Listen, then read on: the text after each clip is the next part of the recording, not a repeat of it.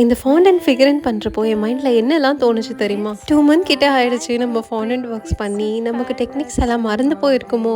அச்சச்சோ! சரியா வரலன்னா என்ன பண்ணுறது? அப்படின்னு ரொம்ப யோசிச்சேன் நானு. அதுக்கப்புறம் நான் வந்துட்டு அதோட இமேஜ் கூட பார்க்கல. ஆட்டோமேட்டிக்கா என்னோட கை வந்து அத பண்ண ஆரம்பிச்சுருச்சு. பிகாஸ் அதுதான் வந்து நான் ரிப்பீட்டடா நெறையா டைம் பண்ணியிருக்கேன். ஸோ அது அப்படியே என் மைண்ட்லயே ரெஜிஸ்டர் ஆயிடுச்சு. எப்படி பண்ணணும் டெக்னிக்ஸ் எல்லாமே.